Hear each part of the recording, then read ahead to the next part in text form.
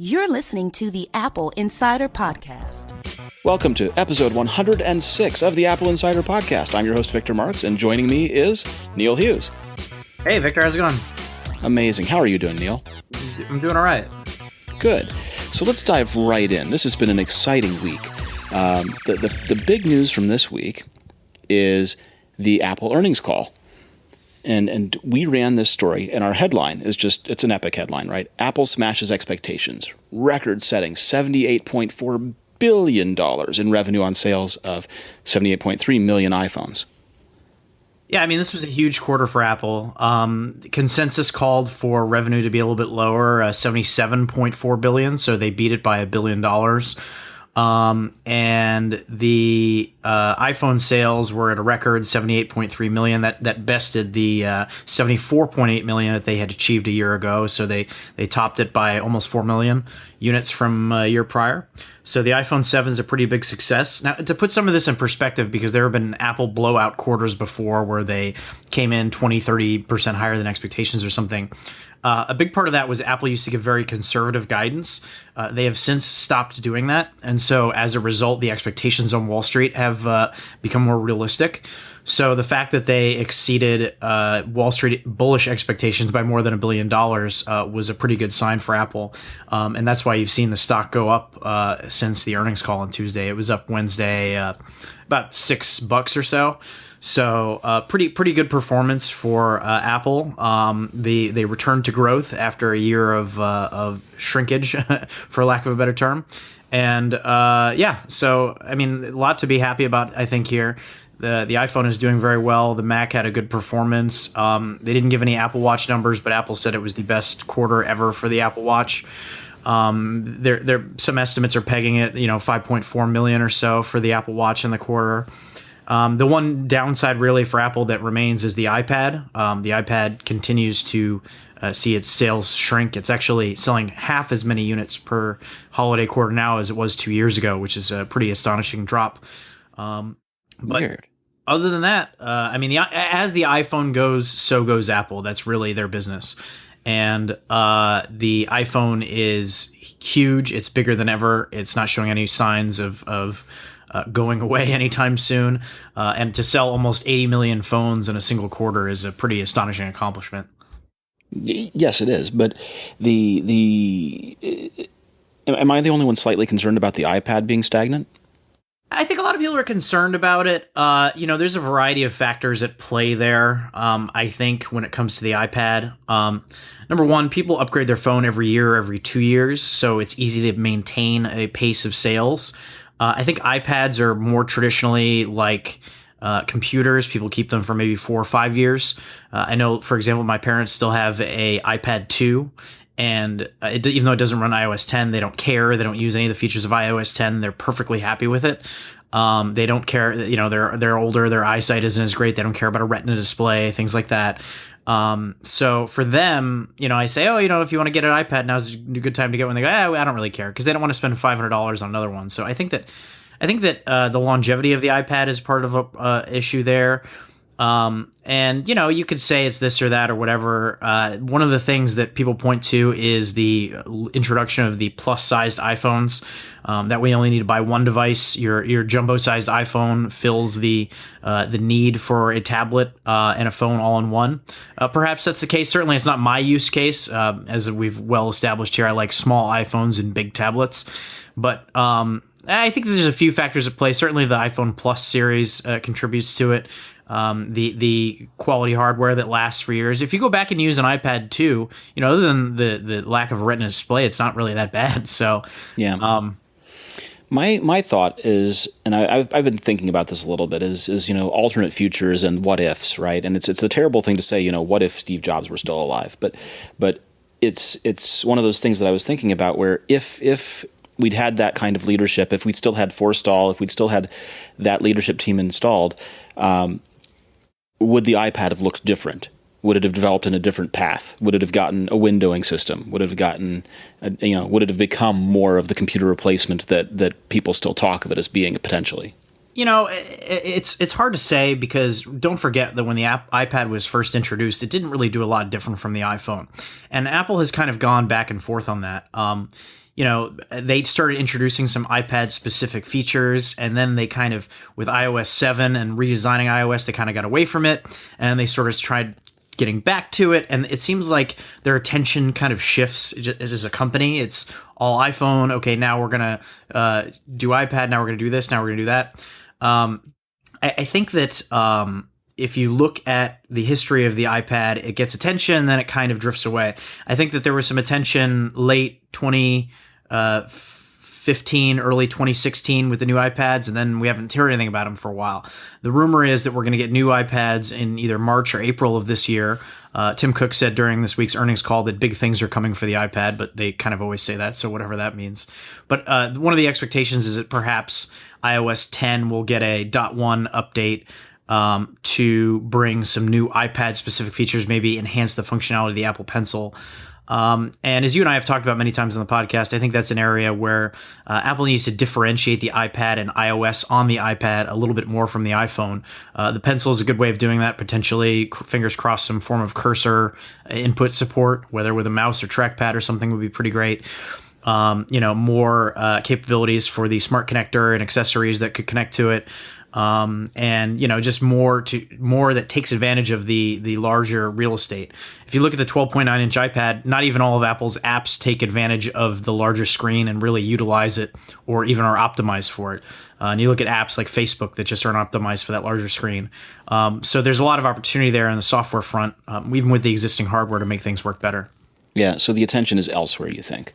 I think so, and rightfully so. I mean, people talk about Apple's not focusing on the Mac, right? Well, compare the sales there. The Mac had a record holiday, 5.4 million units, but that's still less than half of what the iPad sold at 13.1 million units. Now, granted, your average Mac selling price is over $1,000, and your average iPad selling price is well less than $1,000. But still, Apple's selling a lot of iPads, and I don't think that they're going to forget about this market or that they're going to abandon it. But it's not going to get the focus that some people want, just like the Mac is not getting the focus that some people want. Right. And I've been thinking about this. We were talking about other things, and you mentioned Facebook, where Facebook has this idea that originally they were a social company, then they were going to be a mobile company, and they sort of missed the boat on mobile, right. Especially in terms of guiding their own destiny. And so now they're a virtual reality and video first company. And they're going to be focusing on their video apps and apps for video creation and apps for video consumption. Let's be real. They are a collecting everything they can find out about you company. That's what they are. Well, yes, but they need to find those vehicles to do that. Right. But, I mean, you log on there and it's like, hey, I saw you were at this place last night. Give it a review. Or, hey, you should update your top 5 pictures so everybody can see them. Or, hey, I see you haven't updated where you live in a while. Or, hey, I see you haven't updated your job in a while. And it's like, I wonder why you want me to share that information so badly. I mean, it's so transparent, but we live in a society where people are very willing to share that kind of information that makes it funny.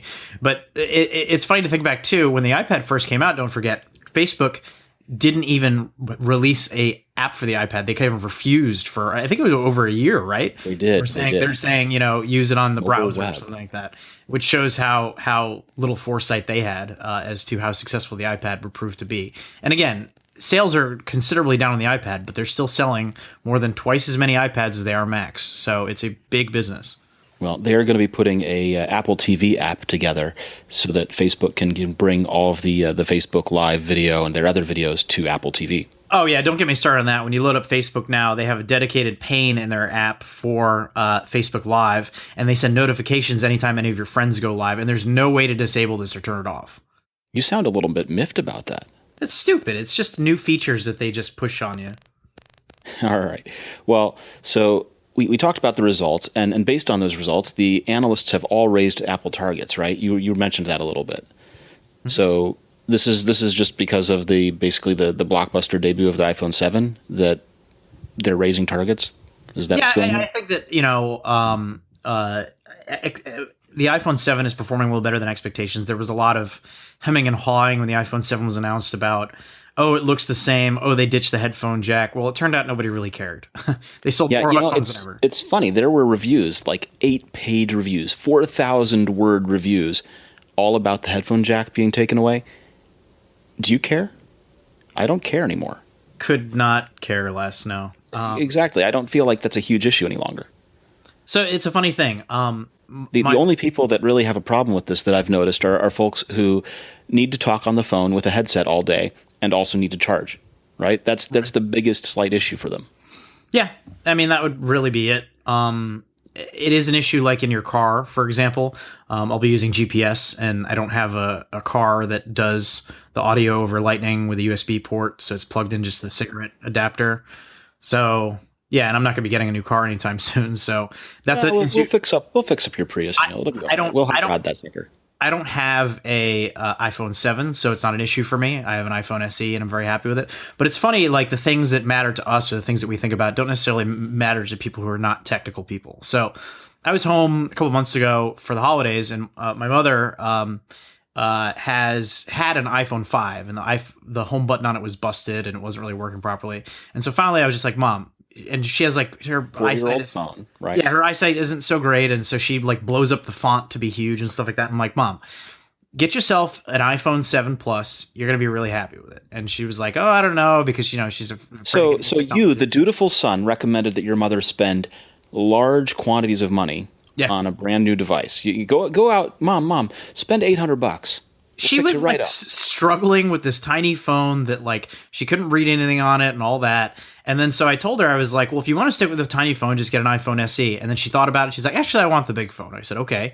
So I went home over the holidays, and she was. So you conned your mom into spending tons of money. Did you take a fee for this? No, I did not. I did not. But I will accept royalties from Apple if they want to send them to me. So I went home, and it turned out that my mom had been, because again, this is the kind of stuff that I don't even think about when it comes to talking about technology or even reviewing technology, because it doesn't apply to a lot of our audience. But the reason I tell this story is because our audience needs to remember these are the folks that are out there using these phones. My mother had her old earpods from her iPhone 5, and she just knew that she had those headphones. So when she opened the box and got the Lightning to headphone adapter, she just started using Lightning headphone adapter with her old earpods. And then so I was like, Mom, do you still have the box for your iPhone 7 Plus? And she said, yeah. And I took it out, and sure enough, there in the box were the Lightning connected Apple earpods. Shiny new ones, right? Yeah. And I was like, Mom, you don't have to use the adapter. You can just plug this thing in directly. And she was like, oh, great. And she's like, well, what do I do with this adapter? I'm like, well, if you ever need to plug in like old fashioned headphones. She's like, well, I don't have any other headphones, so I don't care. And that was it. Like that was that was the end of it. Like not only did she not mind using migration problem right there. Right. She didn't mind using the adapter. She only used the headphones that were in the box. It wasn't a big deal. So it's important. Now, obviously, there are a lot of people who still use legacy headphones and don't want to carry an adapter. And I understand their plight here. But you have to look at this from the perspective of the average consumer, and that is why Apple sold so many iPhones last quarter, despite removing the headphone jack. Nobody cared. Courage. That was a stupid thing to say. I'm not going to defend that. I just had to. Yeah. So the price target raised from, what, $140 per share to $150 target. Is that right? About for a lot of the for some analysts. Yeah, other analysts raised from 125 to 140, but on the whole, everyone's going up on this. Is that? Analysts are pretty funny. Like they have to kind of double down, So if they change their price target or their rating on Apple to neutral, they have to justify it. So they'll come out with like excessively negative outlooks on Apple just because they are now neutral on Apple. So you'll see some of these guys will come out and they'll be like, oh, it's, we're not really sure about how the iPhone 8 cycle is going to come or whatever. And so they are just constantly negative, even when Apple exceeds expectations and does a blowout quarter. Yeah. But one of the things people talk about is the average selling price of the device. So, for example, the iPhone has an average selling price that in the past was around $561, and typically the price is around $600. So the average selling price of iPhones is now at a peak of $695. Yeah, the iPhone 7 Plus has been a huge success. Apple has decided to, for better or for worse, put more advanced features into the larger phone. So the only way to get the dual camera mode with portrait photos and all that is to get an iPhone 7 Plus. The only way to get slightly more RAM is with the iPhone 7. They've always done this on the bigger model a little bit, right? Whether it was the optical stabilization or a little more RAM, or not to the extent. No. So the RAM was the same before. This is the first time on the S model. The Yes. S model, it was better. The S model, the RAM was the same. This year's model is the first time they have more RAM on the larger one, and the Apple doesn't talk about RAM, so they kind of have to tear it apart to figure this out. But the belief is that it may actually be tied to the camera system is the reason they have more RAM on it. But so yes, this is the first year where they're really. I mean, before yes, it was optical image stabilization, but they're really differentiating between the Plus model and the regular model in a big way this product cycle, and that is likely to continue to develop into a larger and larger chasm, I would believe. Okay, so but the good news for investors obviously is that with a higher average selling price, then as sales goes up, even more money coming in. Yeah, don't and forget also that Apple upped the price on the Plus this year by like $20 too. Yeah. So it used to be $100 more. Now it's $120 more. So Very cool. And just because I'm curious, Neil, which device are you using right now? What's your personal device? You're on the SE? I am on an iPhone SE, yes. All right. So I want to take a moment. We're going to break from this and we're going to come right back. I want to tell you all about Mara. So Mara is something we've talked about in the past, but it's been a while, so I want to revisit it. Mara is this app that is a free virtual running assistant. And basically, technology has changed the way we run. Neil runs. Neil uses his Apple Watch. Neil uses his AirPods and Powerbeats 3 and goes out there and runs. And with phones, you can map your routes, you can create playlists, you can track your progress. But for most of that stuff, it meant looking at your phone, right? And so to take advantage of these kinds of things, instead of having to look at your phone, which means stopping motion, losing momentum, and all of that, you can use Mara, which is a hands-free running assistant that uses voice recognition and the microphone in your earbuds to help you optimize your runs. So you tell her what kind of run you'd like to do, you ask questions about your speed, your pace, your location, and she plays albums and playlists, and she can tell you how you're doing in comparison to your past runs or warn you about changes in weather, like if it's about to start raining. She'll also track your progress by noting all of your hotspots, your rough legs, each time you run, things like this, and you can connect Mara to an Amazon Alexa-enabled device as well and ask her about your lifetime statistics, records you've set while you get ready for your next run. So visit mara.ai to download your free virtual running assistant today. That's mara.ai. Have you ever tried Mara? I have not, no. You should give it a try. I know you don't have any Alexa-enabled devices, but I'd be curious to see what you think about it. Yeah, I'll give it a shot. So, while we're talking about numbers and results and things like that, so far the first quarter results for iPhone have knocked Samsung out of the park, right? I was looking at a story that Roger wrote for us on the site where basically Samsung had been in first place and now they are not in terms of global market share. Yeah, for the quarter, I mean, things kind of ebb and flow when new products are launched and all that. I think that a combination of the Note 7 debacle and the success of the iPhone 7 probably played to Apple's advantage here. You sure know how to take the wind out of a man's sails, right? I was all puffed up about how great this was, and you said, yeah, they go back and forth. I mean... Thanks for being so perfectly reasonable and boring. I mean, if you look at, okay, the year ago quarter, Samsung did beat Apple for the holiday quarter. So you are correct. I will give you your victory on that one. For the year, Samsung still outsold Apple, but again, you got to remember, Samsung has God knows how many phones on the market. Apple has 5 phones on the market, I guess. So, Samsung has all kinds of different options out there. One of everything. But so this last quarter, Apple did, based on estimates from Strategy Analytics, edge out Samsung. So Apple had 78.3 million iPhones sold. Samsung had 77.5.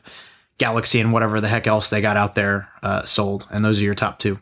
Right. So the reverse way of thinking about this is that Samsung still did very well despite the fact that they had this major debacle. Yeah, but their year-over-year comparison in the quarter was down by about 4 million. So while Apple was up by 4 million, Samsung was down by 4 million. So, I mean, it could have been a lot worse. Obviously, an exploding phone is a pretty bad public relations nightmare. But yeah, Apple. I think that people are so entrenched in their ways. I see so many people like on social media or whatever. They're like, "Well, my Samsung's fine." Like they're like proud of it or something. If Apple, there were the CNET reviewers who, despite the better advice of practically everyone, insisted that they were going to keep using their devices for as long as they could because it couldn't happen to them. Right. It's just weird. We put ourselves in silos these days. It's your political party or bust kind of thing, and it's the hooray for my team, right? Yeah, whatever that is. And it's this like fanboy mentality that is very, very strange to me. Listen, I write for an Apple site. I like Apple products, but I don't really have a problem saying when they're not very good. And if Apple made a phone that had a faulty battery that was prone to, in rare cases, exploding, you wouldn't hear me defending it or going, "Oh yeah, hooray! I'm fine with my phone." Like, you would be talking it up and down about how garbage it was and how they better fix it. Yeah, exactly. And Samsung recalled the phone and it's no longer on the market and whatever. But they didn't really do a good job of explaining what the actual failure was, did they? Yeah, I mean, it was a battery issue. It sounded like maybe if the phone, flexed a little bit or something, maybe that would affect the integrity of the battery, which is kind of a known thing in certain phones, but they don't explode or catch fire. So Samsung, whatever the excuse was, whatever happened there, regardless, there was a serious error on their part. Yeah. But not so serious that they're going to abandon the Note name. They're going to rename the device that's coming to replace this one, Note 8. They're sticking with that branding. They got time. They may change it. They're supposed to be announcing new phones at the Mobile World Congress later this month, so we will see what they do. But I think it would be in their best interest to abandon the. It's not like Note is that novel of a brand. I don't think. I think they could change it to something else. Just rip off Apple. That's what they do anyhow. Just call it a Galaxy Plus. There is that. They could, and it's not like. All of the airline stewardesses or flight attendants, rather, who had to make the announcement telling you that you couldn't have one on the plane, knew exactly what that device was anyway. So you could keep selling the device, keep selling it with the new name, right? How about this? Let me give credit to Samsung for something that I think Apple should do. Please do. This will aggravate a lot of listeners, but I like that Samsung staggers their Galaxy S and Galaxy Note launches throughout the year. So you get the Galaxy S earlier in the year and the Note later in the year. And I kind of wish Apple would do that for a few reasons. Number one, the iPhone right now, it's all or nothing. Like it's, and especially if you look at like the stock and what the expectations are and the sales, the peaks and valleys, right? New iPhones come out. Everyone knows that fall bump is going to be the bump, and everyone knows that there's sort of a lull before it because everyone's waiting for that bump. Right, and if Apple's going to continue to have this divide between the Plus and the regular phones, let's just launch them separately and let them stand on their own. And I think it'd be nice to see like a March or April iPhone launch and then a September, October iPhone launch, which would A, kind of spread things out, and B, it would make it so that sales wouldn't be so crazy, and Apple would also get to have the advantage of these, these crazy carrier deals where you can get like 3 new phones a year or something if you pay them X amount a month. People could be getting a new, iPhone 8 Plus in April and then a 8 in September or whatever. Like, I feel like everybody would win in that situation, right? Investors would be happier. Consumers would have more options. Apple would have more time to let the products breathe and stand on their own. Well, except that then they'd have to also be developing that many more products all the time, and so that would be the race. They wouldn't have to be. They're already developing 2 separate products that come out at the same time. The iPhone 7 and iPhone 7 Plus came out at the same time. Yeah. Interesting proposition. I wonder. I mean, you end up with currently there are these plans, the way these things are sold for carriers who say upgrade any time so that you can always have the latest device. You're going to be either currently up to date or a year out of date or 6 months to 7 months out of date kind of thing. It's a different. Doesn't make sense. Does it make sense to do that? I don't really care that much personally. It's just I figured I would throw a bone Samsung's way and say one thing that they do that I like. That's very generous of you, Neil. Yeah, we thank you for that. That's very kind of you to say so. You got it. All right. So one of the other stories that we wrote about was you wrote this. It was a look inside Tim Cook's Apple HomeKit equipped smart home. So this was just one of those things where as I was listening to the conference call, Tim Cook kind of gave a little personal detour and talked about how he uses HomeKit in his home. And I found this to be a little interesting just because obviously Tim's a guy who... you know him personally, don't you? Yes. Mr. Cook is a guy who he is personal. He has said that a few times in interviews that he doesn't like to get into his personal life. He doesn't like to talk about it. You know, he likes his privacy. So I found it kind of interesting because you don't really think about these things. You know, they make these products and whatever, but it's a job for all them. But it's funny to think, you know, at the end of the day, Tim Cook is going to go home and relax and get aggravated with HomeKit just like I do. So nice. He was talking about things that he does with HomeKit. And I found it particularly interesting that two of the specific activities that he cited in his daily example of what he does with HomeKit are not HomeKit compatible accessories. One of the things that he does is he has Siri in the morning make him coffee. There is no way to have Siri make you coffee unless you use a smart plug and then get a dumb coffee maker that just automatically runs when it gets power to it. And the other thing he mentioned was that he has Siri turn on his fireplace. So, of course, this is Tim Cook. Let's quickly run through the other things that he does because those are the exceptions. Okay. So, you know, he like you said, so in the morning he says good morning to Siri, which kicks off a good morning scene. His house lights come on and the coffee starts brewing. So he's got HomeKit lighting, which is either going to be something like a Philips Hue or one of the other bulbs that are compatible, or the in-wall switch kind of thing like a Lutron. Right. So he's, you know, Nanoleaf makes bulbs too, although I don't know anyone who's got Nanoleaf bulbs besides me. But so he's got he's got lights, and he's got, as you say, a smart switch that kicks off the coffee maker. Right. And that's all tied to a good morning scene, probably, because if he's telling Siri good morning, when he goes to the living room to relax in the evening, he uses Siri to adjust the lighting again and to turn on the fireplace. And then he said when he leaves the house, a simple tap on his phone turns the lights off, adjusts the thermostat down, and locks the doors. Okay, so he's got an evening thing where he adjusts the lighting and turns on a fireplace. And you tackled the fireplace problem because... there are no obviously HomeKit enabled fireplaces unless he's got a beta unit that we don't know about. Right. So unless there's a Apple Fire out there or something. Well, you know, the modern flames with HomeKit in it developed, and he's got the unit for qualification. He's got one of those Apple TV apps where it's a Christmas Yule log. Oh no, those are epic! But 10 hours of looped fireplace video. So there's really only two ways that you could do this. You would need to either get a smart switch on the wall that would be connected to the electric fireplace, or you would have to have some form of a electric fireplace that had a low enough voltage that it could go through one of these smart plugs. The smart plug does not seem likely to me. I would say it's more likely a switch. I mean. Well, we're thinking about this a little too narrowly, I think. Okay. You know, this is Tim Cook, who has a lot of resources at his disposal, both monetary and engineering. Right. And I think it's entirely possible that they know HomeKit inside out, right? They've got the reference boards for it because they darn well made it.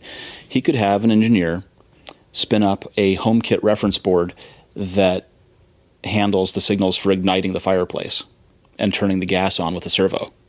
I'm sure that is possible. I don't want to believe that just because I personally think that if you are the CEO of Apple, you should probably be using your products the way that the average consumer is and not some custom built hacked up jiggery pokery. Now, Yeah. to be fair, this is his home. However he wants to live his life, that's his business. If he wants to, have Apple put together some custom build for him that nobody else can get, that's pretty cool. And certainly, Mark Zuckerberg's done stuff like that. It wouldn't be unheard of. However, I think it would be in the best interest of Apple and its consumers if Tim Cook had to struggle with HomeKit just like I do.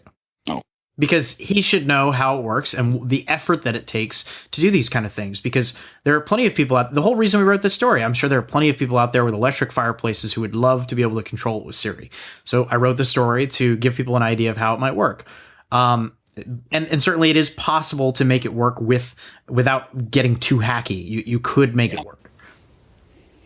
So smart switch to turn on an electric fireplace or some other plan to ignite one. And let's not forget, this wasn't like this was something that he volunteered to brag about how good HomeKit is on a quarterly earnings call promoting his company.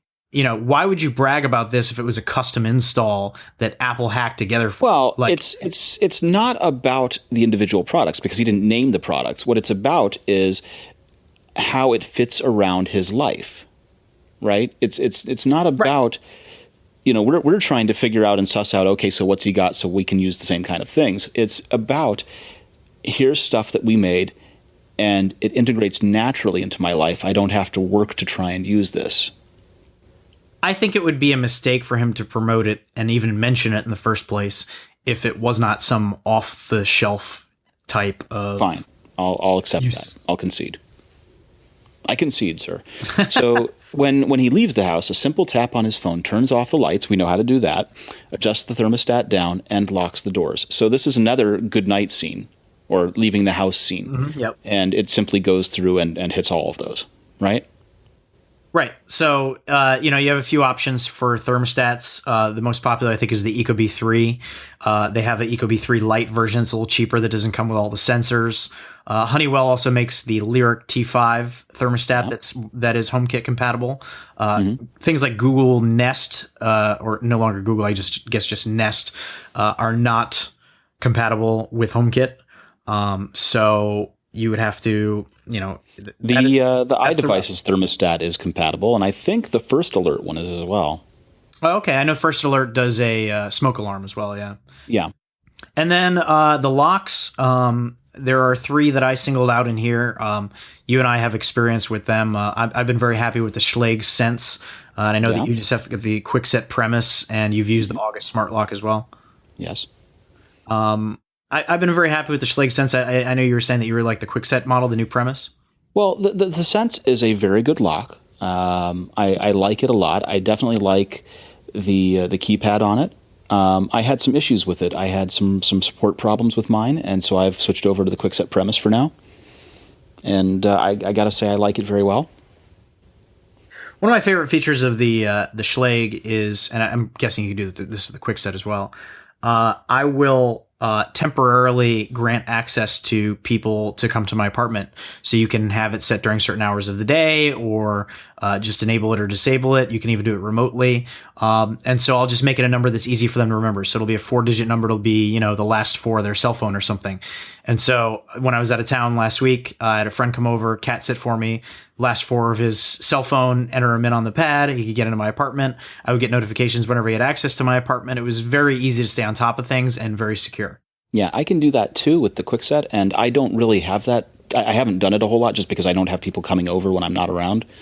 But one of the cool things about the QuickSet, so the Schlage pad is a very matte kind of plastic pad for its keypad entry, and so you can't really see fingerprints on it very well. Right. The QuickSet Premise keypad is a glossy finished version, so you can definitely see the smudges on it.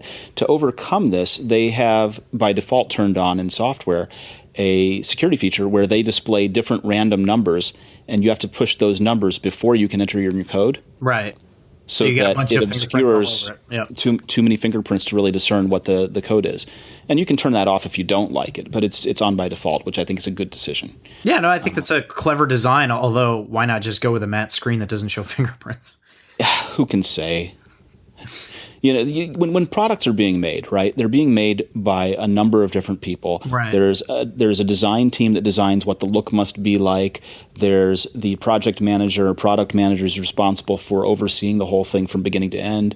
There's the electrical engineering group, and each one of them brings up these reasons why it must be done their way. And everyone has a little bit of a give and take and compromise, but somehow the designers won out on having the glossy finish, and so the engineering overcame the problem with this feature.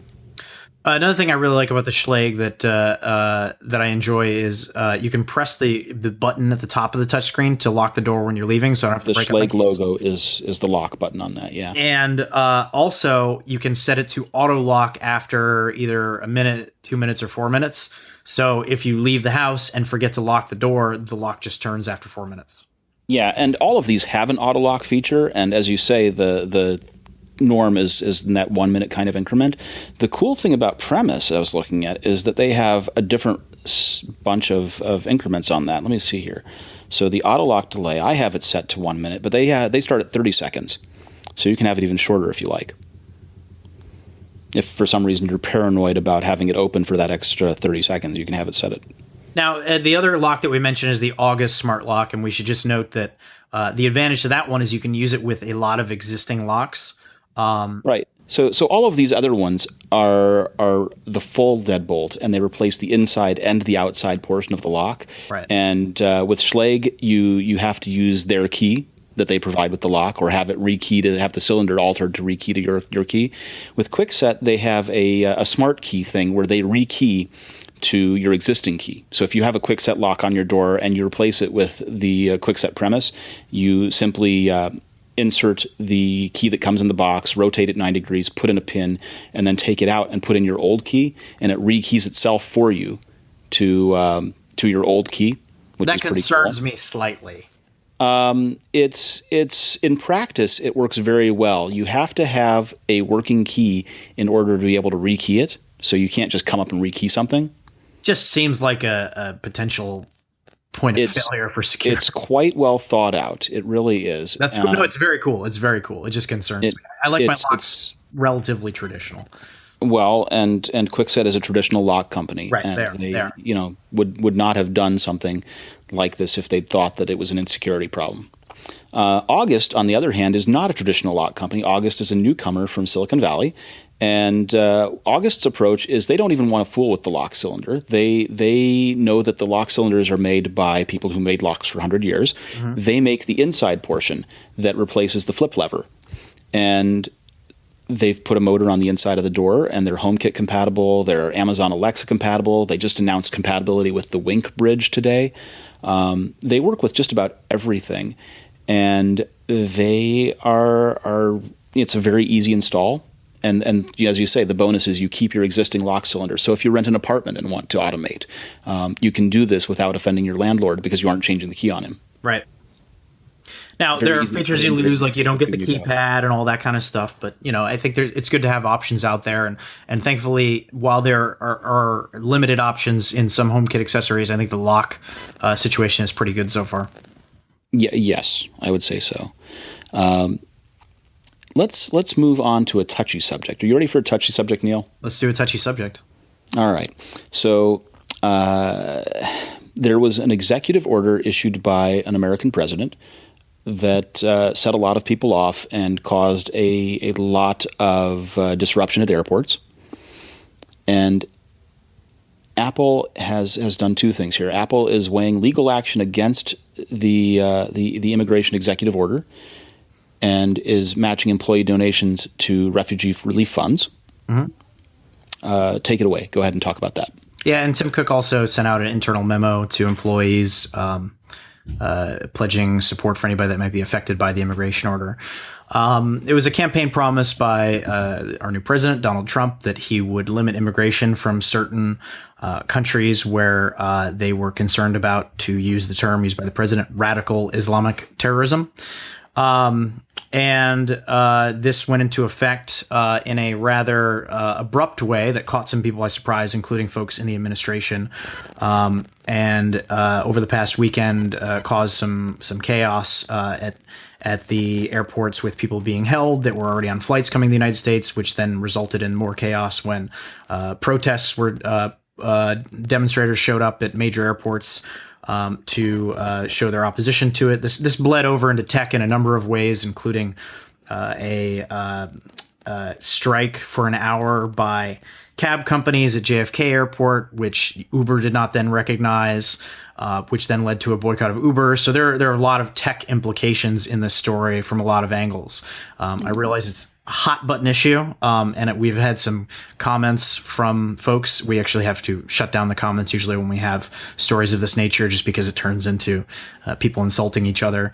And we've had emails from some readers who are not happy that we cover these things. To those people, I say, too bad. This is a issue that is relevant to a lot of people, and it is relevant to what we cover at Apple Insider. The CEO of Apple is personally taken a stake in this. He's gotten the company involved. If you come to Apple Insider, we cover all aspects of the company, including the ones that may make people feel uncomfortable.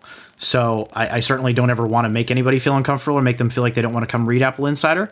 But we try to cover these subjects with as even-handed of an approach as we can. But we will continue to cover these subjects because they're important and they're relevant. Right. And it's important to note that, as you say, this touched tech in a lot of different ways. Sergey Brin, who is one of the founders of Google, was at the San Francisco International Airport protests because he was an immigrant to this country. And they led a walkout of employees at Google. Over 200 employees, or 2,000, or was there something, employees at the Googleplex walked out and demonstrated. Elon Musk is a immigrant from South Africa, and he has weighed in on this subject.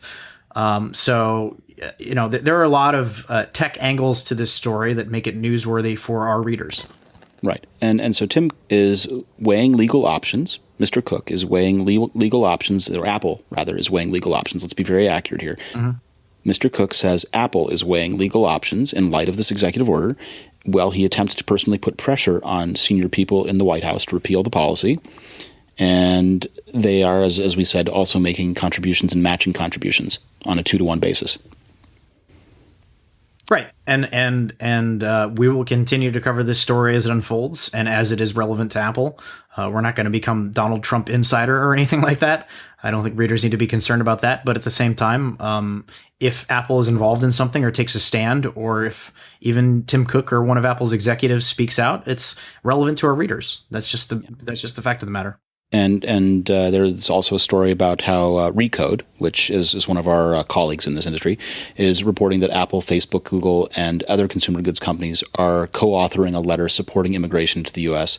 So there's the legal action, there's donations and matching funds, and there's also a letter writing effort to advise the administration about this.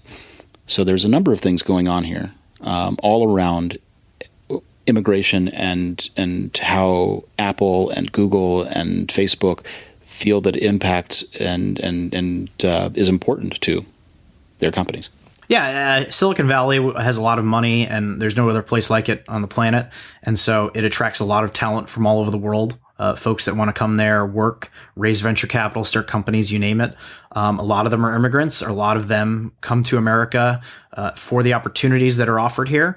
And so these are people that are very passionate about this specific issue. And what I would say is and this is just an observation, is that the tech industry is one of these things where it's very fragile in some ways. Right? Mm-hmm. It seems like, it's always going to be there. It's always been around. We've had Microsoft forever. We've had Apple forever. Surely these things are stable. But companies come and go all the time. Companies begin and end all the time. And things shift. Investment levels shift just on how people personally feel about the climate of things. And it's one of those things where, because investment and support and the environment necessary to birth these kinds of companies is so fragile and so changeable on just what a few people feel about how things are going. That's why I think some of them are so concerned about this this event. Does that make sense, Neil? Have I tried to say that well? Yeah, no, I think you said it well.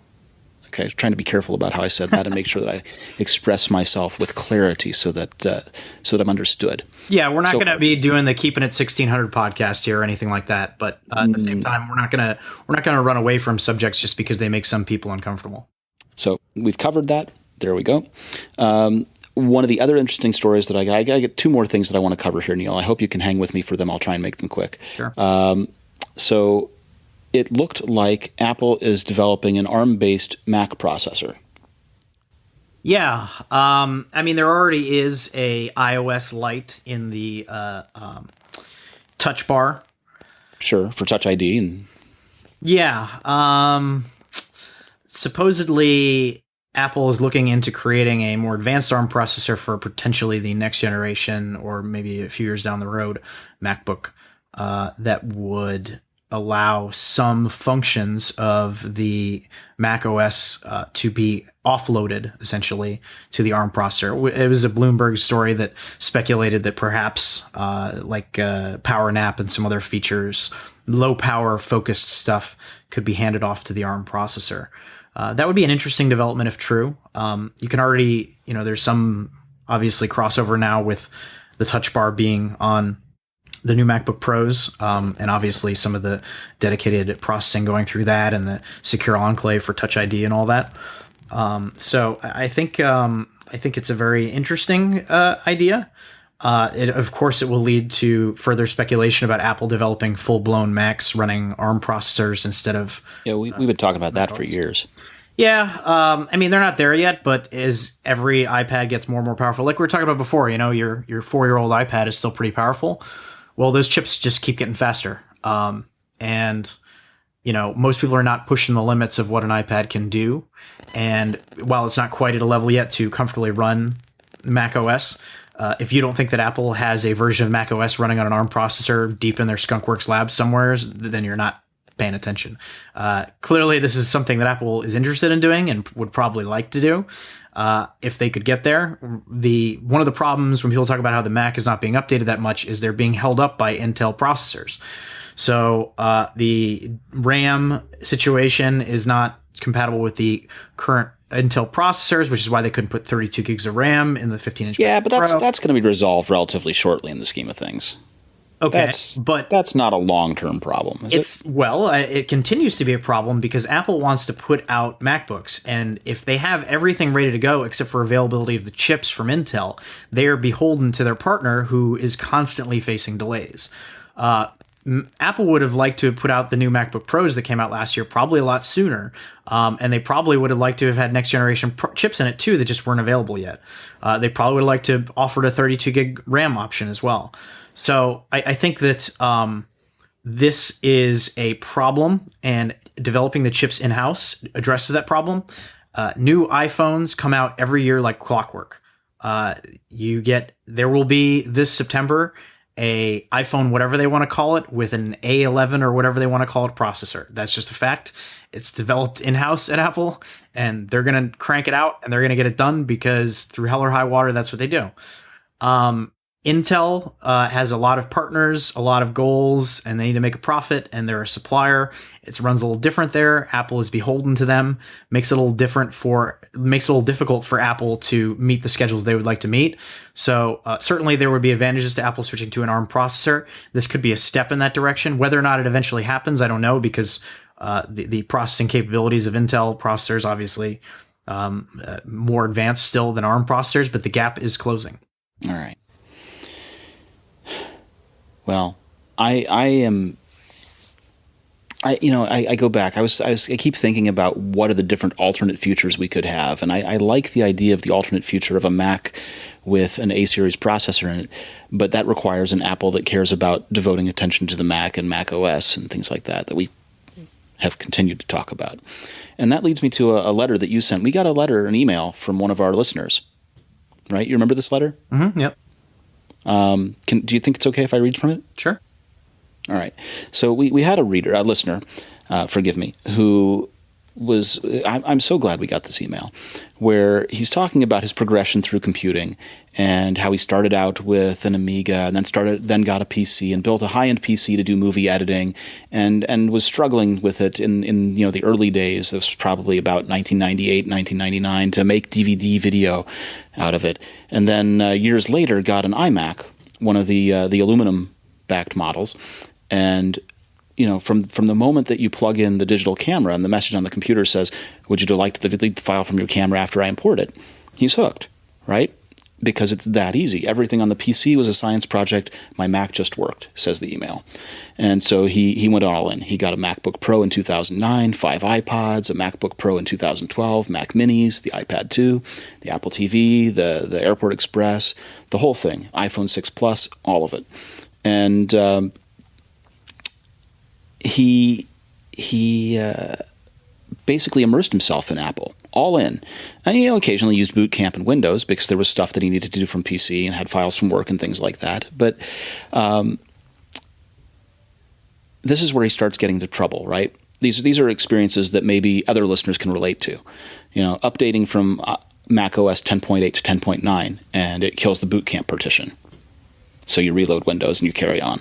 Or that some capabilities disappear with each new version of the OS, but there are also new things added. Or you go to listen to radio stations in iTunes because iTunes has been around forever and you've always been able to tune in internet radio, except that now that's changed because it's now Apple Music and Apple Music wants a subscription. Or you use Pandora to listen to internet radio. Or you use some of the other things to listen to music on Boot Camp. Or you buy music and CDs on Amazon. But then the Mac starts restarting on its own without a chime after the 10.11.4 upgrade. Or you open a support ticket with Apple and an Apple engineer calls back and says, well, try some tests. And they fix the issue, but after 8 months and several OS updates, it happens that they figure it out. The perception here is that the old Apple, things worked, and things worked reliably, and things just worked. And maybe there were a few bumps or hiccups here and there, but they weren't big bumps or hiccups. And the experience overall is that after all of these things, it doesn't just work any longer. So this listener has changed from using the Apple TV and is now using an Amazon Fire TV. They had the iPhone 6, and it failed just after it was paid off, or before it was paid off, but just out of Apple's warranty. Apple's getting rid of the routers. So what are we supposed to choose for routers now? It's the real concern here is what's happening with Apple, that it doesn't feel like there's the same emphasis on quality of support, on quality of product released, that it's harder to upgrade, it's harder to use, and that the shine has come off of it. The hardware is higher quality than many of the other products out there you'll find. Failures are still pretty rare, except, the iPhone does fail, airports fail, stuff like that. But for the most part, the hardware is great, but the software feels like the attention has gone off of it. That the goal is to get these products out as fast as it can, better, bigger, faster, smaller, thinner, whatever. But it's the attention's gone out of it. So our listener, and I'm really grateful we got this email, closes with what I think is probably the best sentence that I've read in a good while, which says, I think Apple needs to let the dreamers loose again. Let them do what they do best. And I'm so glad we got that email. Thank you. So, Neil, that's all I have for this week for the podcast. Is there anything you'd like to add? No, I think we're good. All right. Where can people find you on the internet? You can read my stuff at AppleInsider.com, and I am on Twitter at thisisneil, Neil. I'm Victor Marks, your host for this podcast, and if Neil goes for a run, we'll tell you all about it next week on the Apple Insider podcast. I'd like to thank again Mara for sponsoring today's episode. Mara is a hands-free running assistant that uses cutting-edge voice recognition to help coach you to better runs. Play music, get updates on your location, pace, or weather, and compare your current speed with past runs without ever stopping to look at your phone. Because using your earbuds, Mara can hear your commands and put them into action. Download your new running partner free at mara.ai today.